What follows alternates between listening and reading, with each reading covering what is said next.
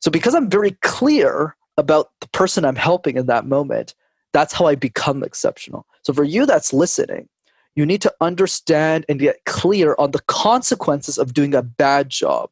How are you hurting your clients if you're not an exceptional communicator? And that is the fastest way to flip the switch.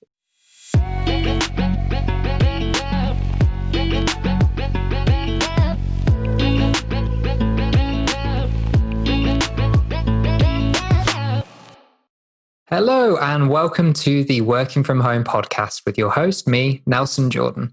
Today, thrilled to be delighted with Brenden Kumarasamy, who is the founder of YouTube channel MasterTalk. Good morning. Morning to you, Nelson. How's everything? Absolutely fine, my end. Yeah, so today I believe you're going to be helping our audience to talk about and communicate better in an online world. Absolutely. Well, fantastic. I think let's crack on. You're the expert here. So yeah, where do we even begin? Yeah, absolutely. So the way that we need to think about this, Nelson, is what is the biggest difference between the online world and the offline one? So let's say I'm in the UK and I'm giving a workshop to you and a couple of your buddies or colleagues. In that setting, it's easy for me to react to how you're feeling, how the audience is changing, and their energy. So let's say I say a joke. Two things will happen. One, you'll either laugh and go, "Oh, Breden's such a funny guy." Or two, which is much more likely, you'll look at me and say, "This guy is not funny. Why is he saying jokes? He's just not supposed to do that." But at least I can see how your team is reacting to me and I can quickly adjust to meet the needs of my audience. But in an online world, that same joke I need to say with the same level of positivity, the same level of energy, the same level of rigor, and assume it's funny. Why is that? Because we can't gauge our audience's reaction anymore. Even in this very conversation we're having right now, Nelson, I actually have no clue how you're reacting to me. Why?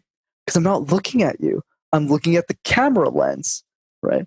So because of that, if we have a Zoom call with 20 to 25 little tiny screens, when we say a joke, we need to say it with as much enthusiasm as possible, knowing fully or not knowing fully whether it was funny or not.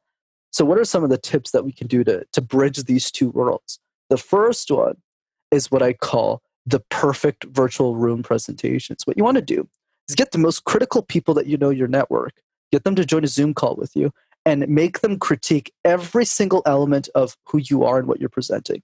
The hair, the audio, the way that you're wearing, the lighting, everything.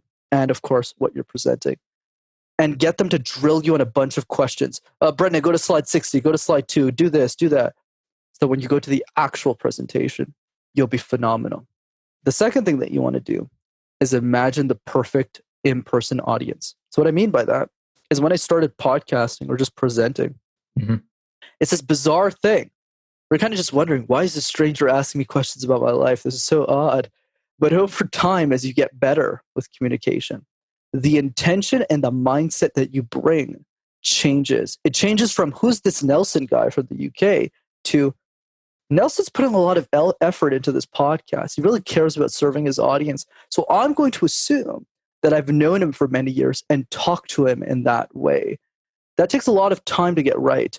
But the belief system will get reinforced as you get more and more positive feedback on your presentation until the belief becomes true. Okay, so let's put myself in the firing line. I've got an idea of what you might say anyway because I think the same things. But I guess critique me from the 5 minutes that we've been on this call. Sure, okay. Things that you'd look at. That's good. So this is a bit different because you're a pretty good communicator. I think the only thing I would do differently is I'd probably improve the lighting, just maybe a bit. So there's like kind of white, black fuzzes that kind of just keep appearing on your screen. It's kind of weird. That's one. More in setup. I mean, you look fine. You're pretty well shaven and everything. You got the nice look there. So I think the only thing left is maybe I probably would have introed more powerfully. So what a lot of great podcasters do is whenever they intro a guest, they spend like an hour or two like crafting it. So instead of starting a podcast by saying, hey guys, like in a presentation starting, hey guys, like it's great. But instead if you go, is public speaking something you've been scared of your whole life? when I was a kid, and then you just keep going into your own personal story. People are connecting to you, and then they connect to the guest because you are the bridge between your audience and myself, who's the guest. So those are some of the things that are coming to mind. But you really got me on the spot there. I didn't expect that. Anytime I can garner free tips from somebody, I'm definitely going to do it. Yeah, the lighting thing is a big one for me, and yeah, definitely got some things that I'm going to improve with the actual technical side. But the intro thing, I think, is really, really interesting to find more points that people can kind of latch onto, that the audience can go, hey, hang on, that's a reason I should listen to the show. Exactly. I suck at communicating, or I get really, really scared when I do, when I actually have to talk in front of multiple people. So yeah, I'm going to adopt that tip, and everybody can let me know if they don't see it. And then the episode I record after Brenden, you can get to call me out on it and light up the airwaves. Right. And as a bonus, just because you asked me, this is great. So the magic of doing a really good intro is you remove the need for the guest to tell your story, to tell their story. So let's say you get someone really famous on the show and you just spend a minute introing them. They don't feel the need to talk about their story anymore, in that to give you the same Taylor placeholder template as every other show, and just get straight into the meat that they never talked about before, that you will facilitate. I think that's the key. And I think Tom Billy from Impact Theory does that really well. Somebody to think about.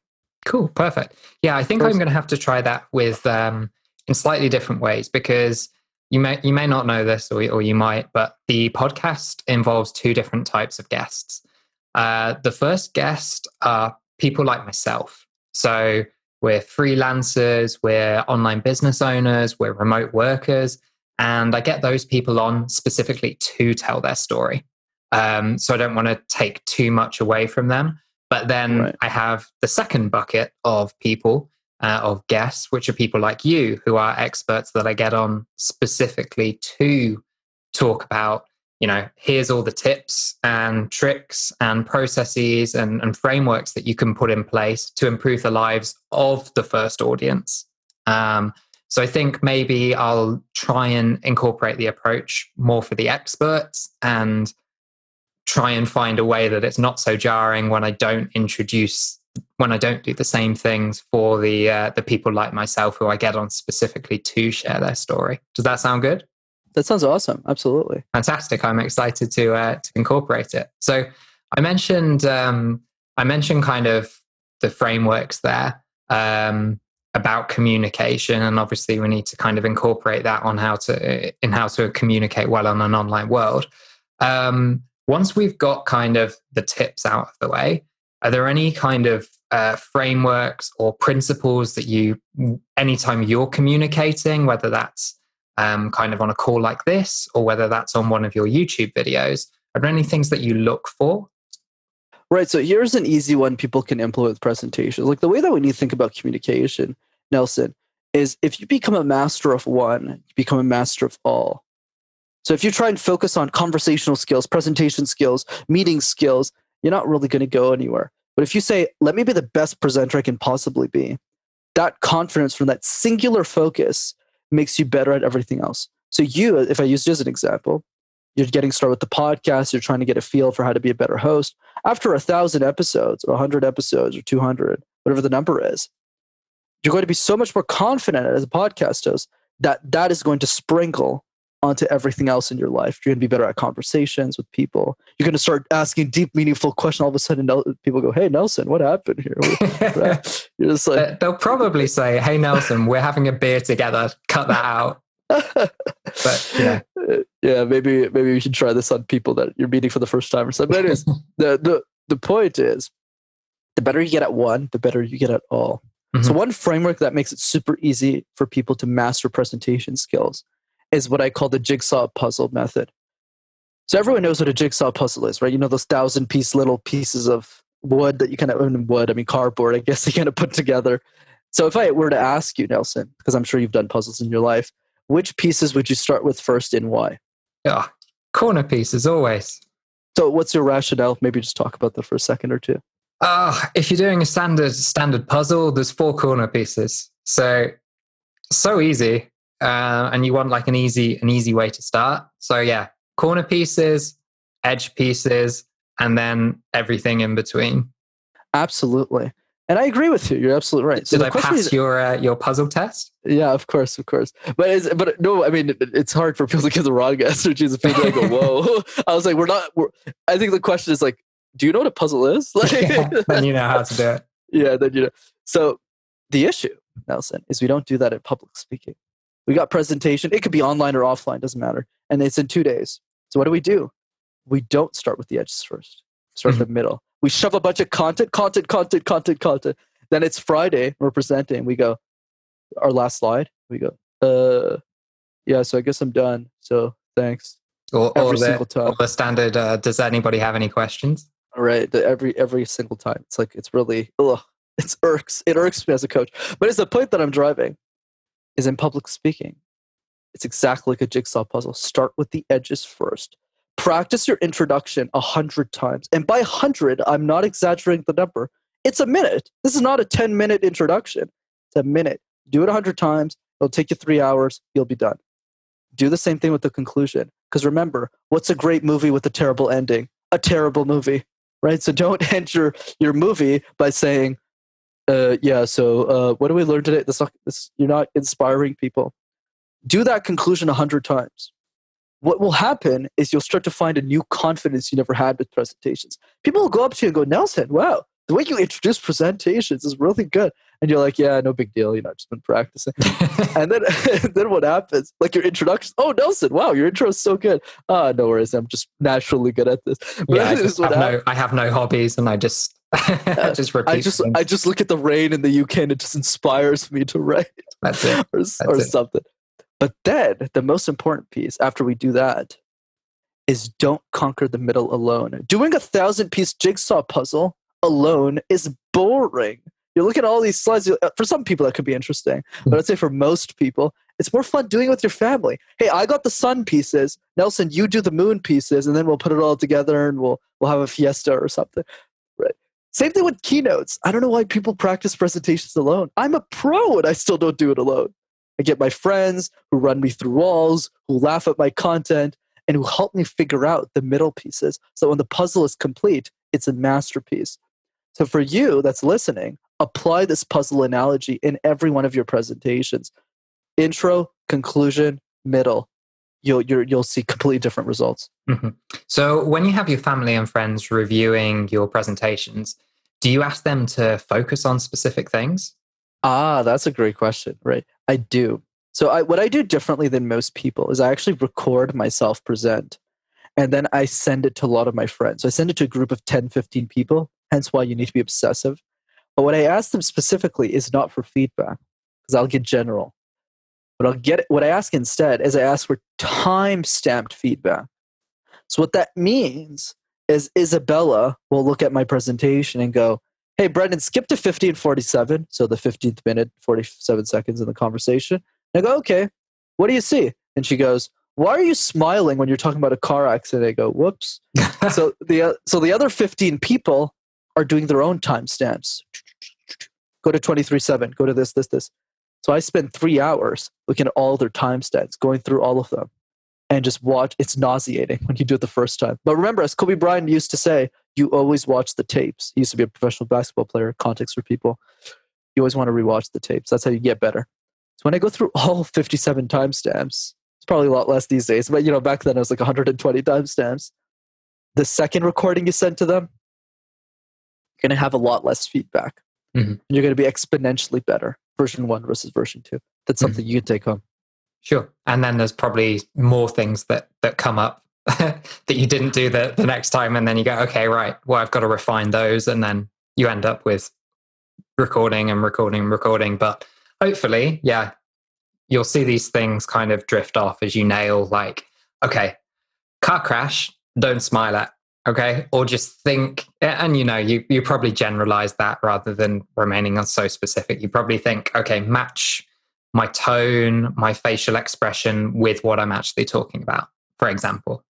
Absolutely. And what's great about the COVID world, one benefit, is you don't even need to make separate videos. Just record your Zoom calls and send it to people. Mm-hmm. Yeah, and then just see how they interacted and any points for the future. Fantastic. So one of the things that I kind of hear about communication in general is just getting started. It's about putting yourself out there and having the confidence to do the first step. Obviously, we're all getting more used to the realities of Zoom calls, and Skype calls and whatever else that we're doing in terms of video conferencing. Is there something that people can do kind of as a nice, easy first step to put themselves out there after a Zoom call? Yep. It's one simple question, actually. You don't even have to present. You just need to reflect. And the question is, how would the world change if you were a top 1% speaker? If you're one of the best communicators on the planet, describe to me in specific details how the world would be different. If the answer to the question, people's answer isn't very good at the beginning, something like, like I would get promoted at my job and stuff, you're not answering it the right way. Because remember, public speaking, if there's anything you take away from having me on, it's that public speaking is everything. It's not just presentations. It's the way that you talk to your loved ones. It's the way that you freak out about all the miscommunications that you have with your partner. It's the way that you take care of your children. It's the way that you have dinners with the people that you love, people that you love talking to. Public speaking is everything, right? So by describing that world doesn't need to be, I want to impact 10 million people. That world is just, hey, I got this cool recipe. I got to share it with 8 other people that I didn't know before. That was important. I don't have as many fights as I used to with my wife or something. I don't know. I'm just making stuff up. Sure. But the more detailed that world becomes, the more incentivized you say, wow, public speaking needs to be a priority for my life. Okay, so that's kind of like imagination and part manifestation about, okay, this is the future that I could attain. This is what that looks like in the best possible version. And what's kind of the next step then once you decide that that is a priority? Obviously, we've talked about individual parts where you'd, just reflect on this presentation, but how do you get better overall? Yeah, absolutely. And the reason I say the mindset thing first is because public speaking is the hardest thing to hold yourself accountable to. What does being a great speaker even mean, Nelson? Does it mean saying more pauses, saying less ums and ahs, having cool hair like this? Like there's no answer to the question. That's why most people give up along the way. So it's just important that you reflect on that question. Now let's talk tactics. So the number one tactic, super easy that you could implement, is what I call the random word exercise. So essentially what you do is you pick a random word around you and you make a presentation out of thin air. And obviously, to set the example, why don't you give me a random word and I'll do it. Because I'm looking at my desk, why don't we go with plants? Plants as in like garden plants? That's what you mean? Oh, no. You know what? Because I like this plant better than that plant because I've got plant favorites. And the leaves are super cool. Look at this. Look at this bad boy. Okay, cool. I love it. Yeah, so we'll go with plants like this. So, I mean, I won't describe it for the people that are just listening on the podcast and not on YouTube. I'll let you kind of describe it. Sure. So let's call it a spiky plant. So this is kind of how I would do it. It would sound something like this. Nature is where we belong. As human beings, we tend to get stuck in cities, in cubicles, in offices, in places where we shouldn't be. Whereas in reality, where we feel the most alive, where we feel the most energetic, and where we feel the most calm is when we're in a forest, when we see nature, when we see amazing things that blow our minds and make us think, wow, what a beautiful place that we live in. And a small way that you can bring that nature into your cubicles, into your home office, into your life is by having plants. Plants don't need to be this big forest in your house, but they're a constant reminder of the environment in which you are in. Whether it's a cactus or whether it's a spiky plant with a bunch of weird leaves on it, it doesn't really matter. So I ask you and encourage you in this presentation to not just think about nature and embrace it, but bring it back into the environments in which you live in so that your life can be a bit more connected to nature. So that's a good example. Fantastic. Well, I think that was great, but I'm going to ask you to break that up now and look at the component parts. What have you done there? Right. Okay. So that's the thing. So there's a couple of things I want to mention because I don't want to get too much into the weeds because it's too advanced for most people that are listening. But there's 3 things in particular I want to talk about. 1, do not compare yourself to me. It is a mistake to do that. I've done this over 2,000 times, and I'm not exaggerating the number. I'm actually a slave on these shows. Every time I have to do that, even when I don't want to practice, Brenden still has to practice. Right? That's my fault. Right? That's a no. I just play. I just make a joke about it. Number 2, all I'm asking for is 5 minutes of your day every day. That's all. Not 5 hours, 5 minutes. Wake up every day, pick 5 random words, and do the same thing. Trees, wife, basement, doorknob. Done. 3rd thing, understand why the exercise matters. At the beginning, you're not going to be very good. And I do this with a lot of executive clients. They start with camera and they go, a camera is something used to take pictures, like they describe the object. But as you get better, you start to change from setting the context to telling an inspiring story. And that takes time. There's not really a secret sauce to getting from A to B. But what I can say is what it does for your mindset and how you think about presentations is insanely effective. You go from, Brenden, I'm scared about this presentation at work that I've been working on for 3 years to, well, if I could talk about tampons for a minute, or elephants, or zebras, I think I can give this presentation. That presentation that you were once scared of suddenly becomes a joke. Mm-hmm. No, that sounds fantastic. I mean, I think the value there is for people that presentations matter and they have to do quite a lot. Have you got any kind of more accessible tasks for people that maybe only have to present maybe once a month or something, or their presentation is slightly different in that they're having a call with a potential client?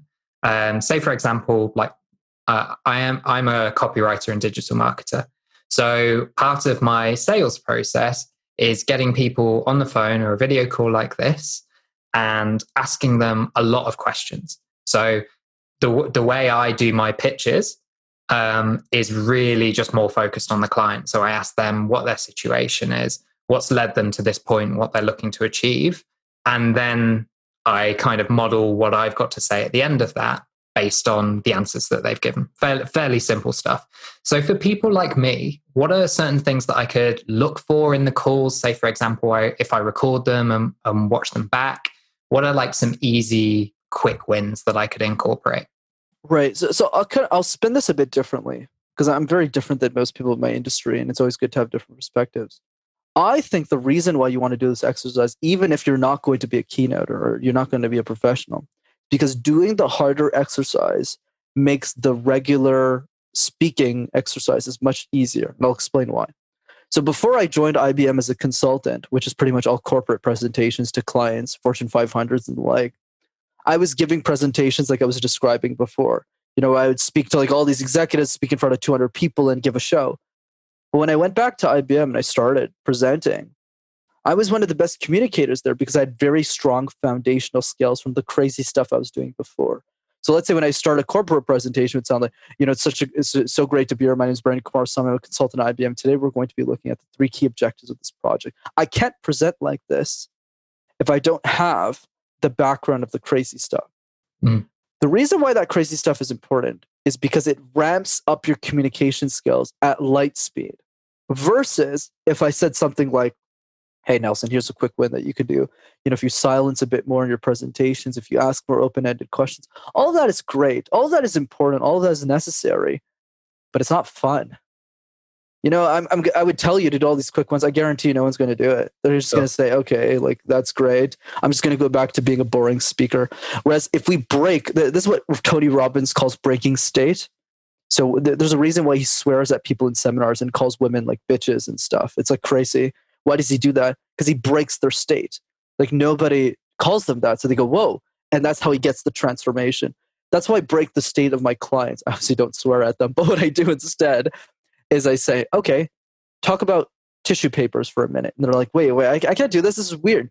But then by week 3, they're speaking like me because they do the thing that nobody else wants them to or can do. So they get results that most people don't get. Remember, the only point that matters from this thought process is that extreme people get extreme results. Mm-hmm. Perfect. So I want to switch gears a little bit now, and something that you and I have talked about before. But do you have any kind of ways that people can change their thinking and mindset? Obviously, like just doing it and gaining that familiarity is one thing, and you've talked about what would the world look like if you could be that an incredible speaker, or even just a better speaker? Because I think that should be the goal for most people, to like just to improve their communication skills in general. Are there any kind of like different mindset tricks that we could look at? Absolutely. So here's an easy one that people already do, but don't do it in the right context. Is this idea of obsessing over your client. So let's say you're a business owner right now, or you're a freelancer. You've probably done the ideal client persona already. You're like, this is my ideal client. They're between these ages, et cetera, et cetera. But the criticism I give most people who do the exercise is they don't obsess enough over the persona and don't apply it enough in presentations. So what does that mean? When I think about my client's persona, I actually role play them. So for example, my clients vary a lot, from 7-year-old girls to 57-year-old executives at big companies. The 7-year-old watches my videos, the 57-year-old hires me, right? Simple. But the way that they think is completely different. Because what Rebecca's looking for, 7-year-old girl Rebecca, she's not looking for public speaking tips. She's not looking for my advanced handbook. She's looking for a boost of confidence. She's looking for someone to say, hey, Brenden, my whole life, nobody told me I was a great speaker. Could you be the first one? But 57-year-old Julia, or rather Jim or whoever, what they're looking for is results. They're just like, get in here. You got 13 minutes. Don't waste my time. Get to the point and don't dandly around. And the reason why understanding your persona at that level, hence why I recommend talking to your audience. There's not many people on this call who have long dinners with their ideal clients. I can guarantee it. And I've had hundreds. That's why I understand that my clients' needs at a level that's almost obsessive. So when I go back to speaking to them in a presentation context for a mindset perspective, I'm a lot more attached to them. So I'm at a place in my life, and that's the secret of being a top 3 or 5 or 1% speaker, is if I don't do a good job in my presentations, I see it as betraying my audience. Like I see it as treason, as if I would disown my own mother. That's literally how I think, right? Like that's how my brain works. So if there's a 15-year-old girl who's watching, who's been waiting for me to come as the keynoter and take notes, if I don't do a good job, that girl is going to suffer because I screwed up my presentation. So because I'm very clear about the person I'm helping in that moment, that's how I become exceptional. So for you that's listening, you need to understand and get clear on the consequences of doing a bad job. How are you hurting your clients if you're not an exceptional communicator? And that is the fastest way to flip the switch, in my opinion. Mm-hmm. Okay, so let's delve into that a little bit. Sure. You obviously can speak to people, which is the quickest way. But how would you go about it if you were in the shoes of kind of a sales executive who is 20, 21, new to their field, so they don't have that confidence that comes from just knowing, the product that you're selling or the industry that you're selling kind of inside out? How would they go about talking to their clients or gaining this knowledge from them? Absolutely. And I think the key is it's a process going to change depending on what the product is, what you're trying to sell. But I'll give you some standard stuff that just is important throughout. So one of them is simple. Why is this important to you? So if I go up to 7-year-old Rebecca, let's say I'm having breakfast with her before my keynote starts. Let's go up to her and say, what's your opinion of public speaking? What do you think about that? And she would say something like, oh, I've always been scared of this. It's not something I really like. And I just go, cool. Why is that? Why is that something you're scared of? You're like, oh, well, I hate presentations in school. So I'm absorbing all this. So then when I start my presentation, I don't start with, oh, like I'm the best speaking coach that ever lived. Like nobody cares. What I'm going to say instead, I'm going to say, when I was 5 years old, I remember how terrible I was as a speaker my whole life. And I was in grade. You guys ever been in high school before? So I'm speaking to my audience. What I ask people to do is ask them why it's important and just keep asking why. Why do you believe that? Why is that the case? So let's say I was interviewing you and, I wanted to be considered for your show or something. I would say, Why are you passionate about remote work? Why is it something that fascinates you? Is there what moment in your life where you said, this remote stuff is super interesting, so interesting that I had to make a show on it, that I had to interview guests about it? What's your vision for it? What are you trying to achieve in your life? What are your dreams? What are your aspirations? Those are the types of questions. I think the key is not really having a standard template, but rather an understanding of learning about the other person at a deeper level than most people are willing to go. Because most people in my industry will look at that 10-year-old girl and not see it as a confidence boost. They'll say something like this. They'll go, they'll pat her on the head and go, Rebecca, keep going. You can be a great speaker. They'll walk away. Whereas the top one, like the crazy people like me, will literally take the time to crouch down, look at Rebecca in the eyes and say this. Rebecca, when I was 5 years old, I used to be a lot more scared of public speaking than you were. But what I will say is if you keep sharing that beautiful smile of yours to the world, I'm confident that you'll be an amazing speaker. So then Rebecca gets red in the face, presents like an exceptional speaker because I gave her what she wanted. But notice in the way of how granular that ask was. She never asked me to do any of those things because I'm so obsessive. That takes practice. I know it's really hard to communicate very directly in a podcast, but you need to have more conversation. The punchline is if you only talk to 50 of your customers, you're not doing this enough. Mm-hmm. Okay. So how do we do that in today's world where online is obviously pretty much everything for a lot of us now? I was in Spain for the last 3 years, and obviously we had about a 4 or 5 month lockdown, for example, where we just weren't allowed to leave the house unless, not even for exercise or anything, literally just to go shopping to the doctors. That was it. If we're in that situation again, what's the best way or the best couple of ways you can think of for me to have those conversations? Absolutely. Easy step. Call your existing clients. Ask them how they're doing. Nobody does that. They provide the service. They don't have any other relationship with them besides selling them the next service. So I would just have more informal touch points with them, not every week or something, but just to say, hey, Nelson, it's been a month since you interviewed me. I'd love to get a thought on how I can support you and how you're doing. They'll say, yeah, nobody follows up with me. Of course, maybe some of them will be busy. Well, pick up the phone for sure. How's your life going since the service been? What are some other things that you're working on? What are some other challenges you have? And then in that conversation, you can also say, do you know anyone else that's like you, that's struggling with this I can talk to, see what's up? Do the same thing. That's the easiest way to build that rapport if you can't go outside. Fantastic. And I think these tips kind of work really, really well for kind of the normal, easy to understand services. Are there anything that we could kind of incorporate when your service is perhaps like a little bit unusual, that you tend to feel like you actually have to have 10 minutes of you just talking to actually explain your service? I have a controversial point of view on this in the sense that I think anything can be explained in 3 sentences. Almost everything. There are some very few exceptions. I'll give you a specific example. One of the people I've worked with is an AI company that literally uses data to calculate toxicity levels for pharmaceutical drugs to speed up their development. That's what they do. It's super complex. It's a lot more complicated than I just explained it. But the way that the CEO explains the company is he says this: we're in Vivo AI. We're an AI company that helps pharmaceutical companies save money. Done.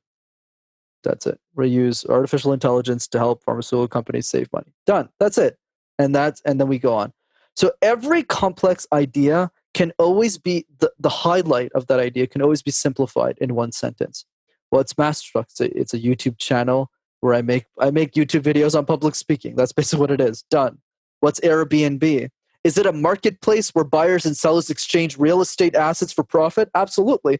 But it's also the place where you can rent out the extra room in your house for money. There's always a way of explaining the 1 sentence. So if you have an unusual idea, I would start with the 1 sentence to be like, okay, this is the direction Nelson's going in.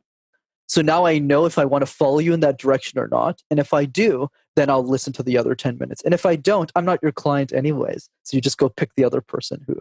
There's so many people I talk to. I have a YouTube video on public speaking. They're like, I don't care. But other people go, oh, really? That's cool. I've always been looking for one. Tell me more about that. Mm-hmm. That's how we play. Perfect. So with complex ideas, you're best off kind of breaking them down into their component parts and then looking at kind of the simplest way that, like this umbrella concept that kind of covers off basically what you're doing. And then when people are interested in that, then you can kind of kind of level up the complexity. Absolutely. And just back to the whole client obsession thing, like one thing I forgot to mention is, I have a kids program where I teach, 6-year-olds, 7-year-olds on communication. I don't get paid a lot of money for that. It's not a very good use of my time. I do that for impact.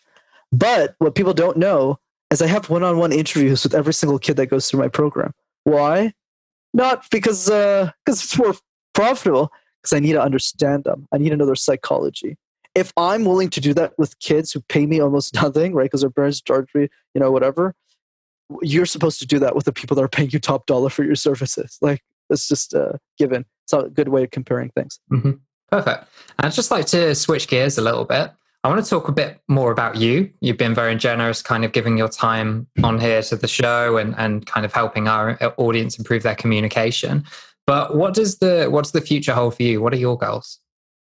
Yeah, absolutely. I think the way that I see my life is I want to be the modern day Dale Carnegie. I think the sad part about Dale's story is he was born in the wrong time period of history. Mm-hmm. Well, can you tell us about his story?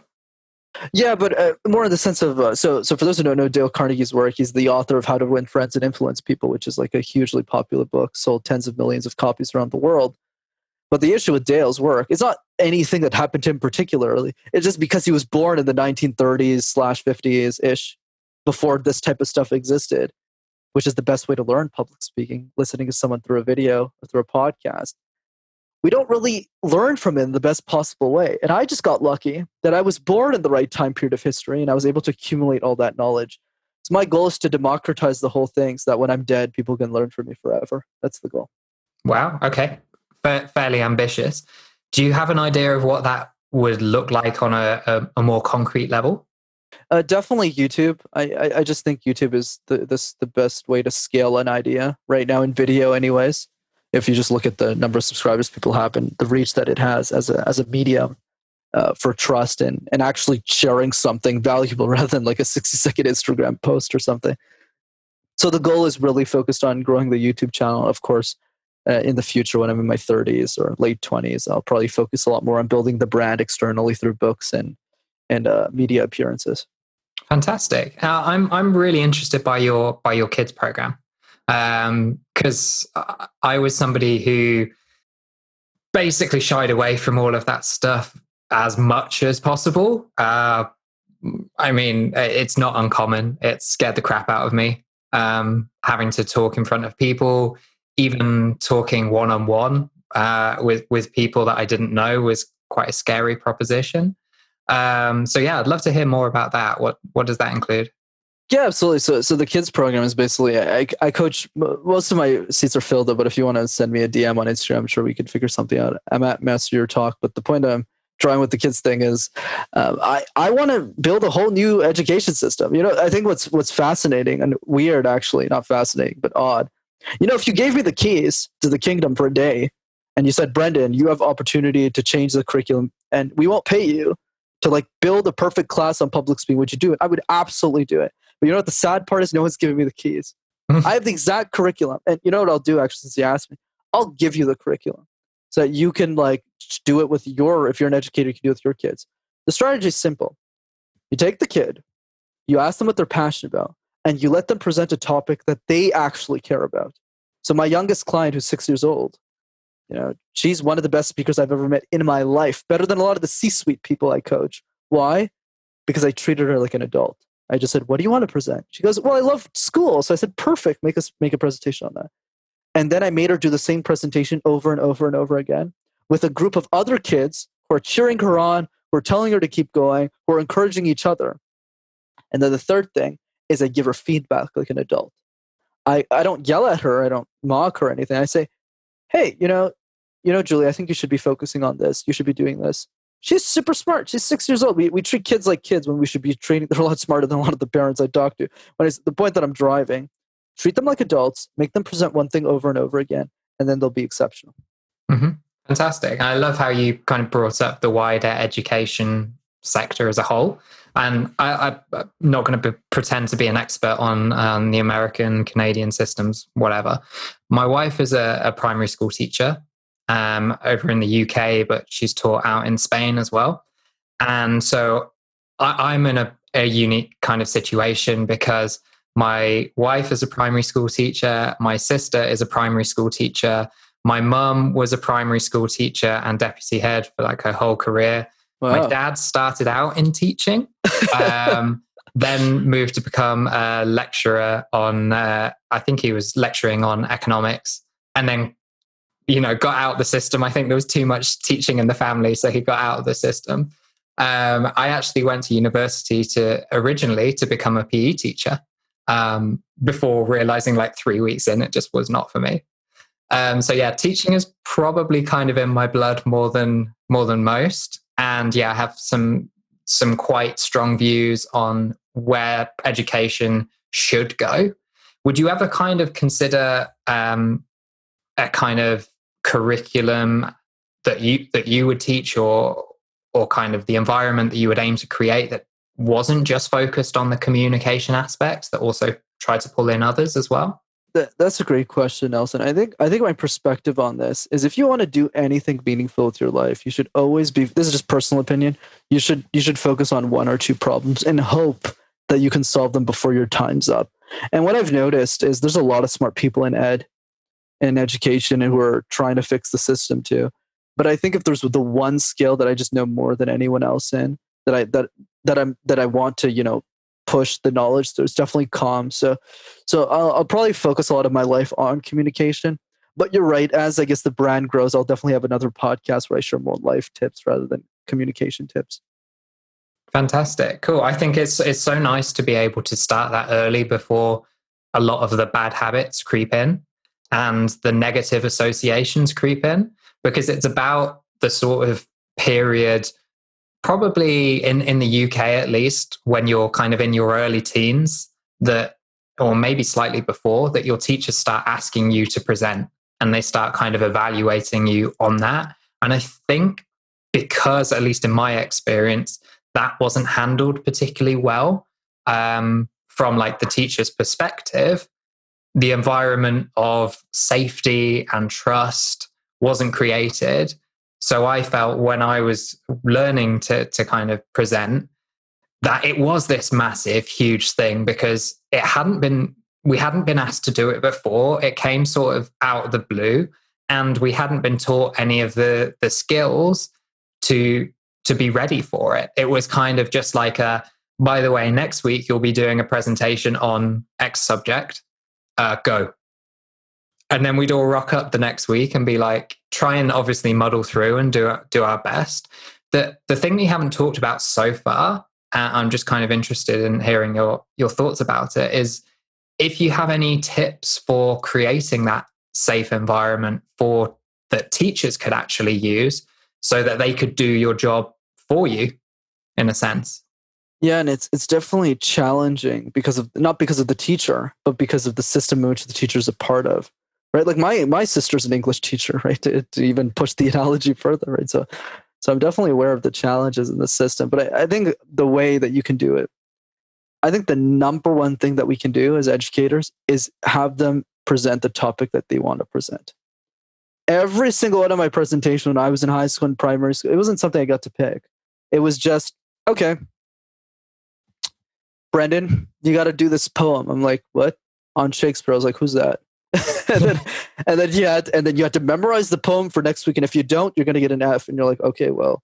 So obviously when you're on top in front of the stage, you're like, well, Shakespeare did this, and you don't really particularly enjoy it. So I think the way that we create a safe space is, one, letting them pick the topic. Two, conditioning the kids to support each other and not laugh at each other's presentations.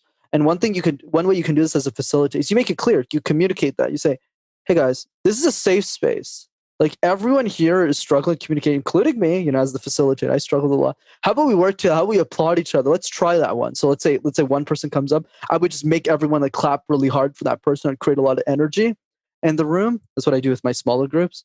And then over time, everyone's just like super happy. Everyone's super supportive. Everyone's attentive, and everyone's on the ball.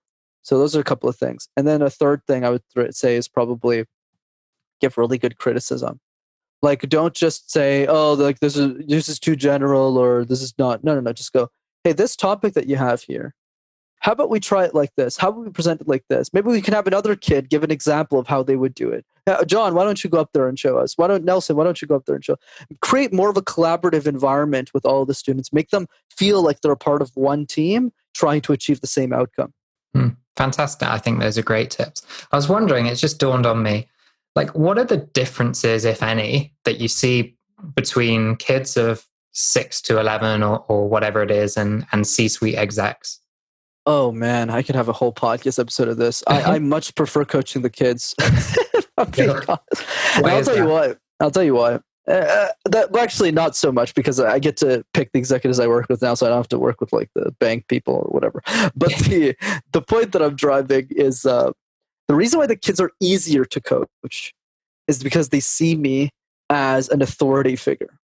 And they're very open to new ideas. So they don't really see me as the instructor. They go, man, this guy's a YouTuber. Like, I gotta listen to this guy. He's got like videos and stuff. I can like watch him on the internet. So there's that respect that just creates at the beginning. So I'm able to get people results really quick because they listen to me in the way that they would never listen to their parents, right? Mm-hmm. The same way when I have kids, they won't listen to me, so I have to hire someone else to do this. Is that maybe because your first interaction with them isn't necessarily your first interaction with them because they might have already watched those videos? Or is it just the fact that because YouTube is such a big part of like young kids' lives these days, that the fact that you are just, in brackets, a YouTuber, that gives you kind of this status? I would say mix of both, but mostly the second part. Just the fact that I'm a YouTuber gives me status.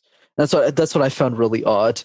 But it was able to, they were super open to my ideas because of that. They always attended every class, always did their homework. So I was pretty happy.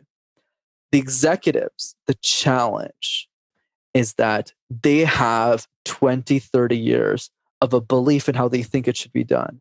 And it's very hard to break through. That's why most people I say no to, because they won't take my ideas. And I don't want to get paid if I can't get the result. So for me, it's about how do we first unlearn everything that they believe to be true, which is a whole process in and of itself, and then relearn the way that I think about public speaking. So I can reprogram the way that they communicate so they can 10x any other executive in their companies. So definitely much harder, but if that person has a big vision in life, it's very fulfilling. So that's why a lot of the executives I work with are doing really big things in life. They're either CEOs of really important movements or missions, or working on a bottom line or a company that's doing something really great.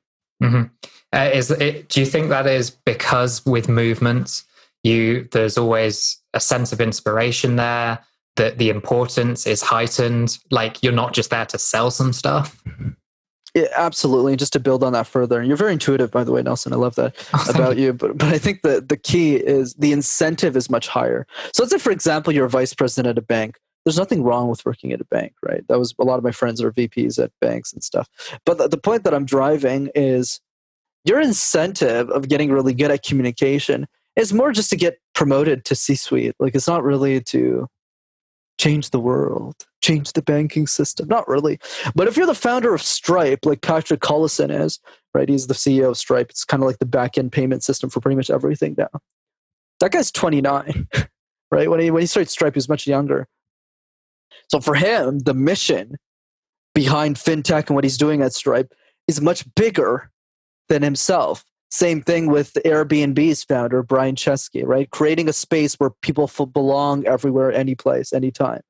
Because the mission is so great, the purpose-driven entrepreneurs, the leaders of movements, their incentive to get better at communication is huge. It's through the roof. It's worth millions of dollars to them, right? So someone pays them 1% of them, and they get that result. They'll do whatever it takes to get there. They'll listen to what Brenden has to say. They'll take the notes.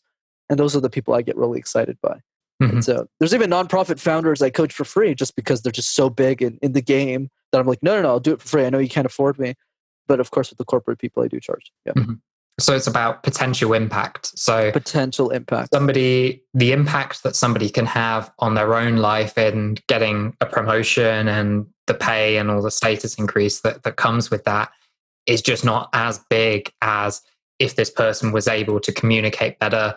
Because of their mission, they'd be able to impact thousands or millions of people all across the globe. Right. And that's just personal taste with me, just because, I'm the MasterTalk guy. I'm sure there's other speech coaches who do that stuff and get paid very well for it. Hence why they don't share free content.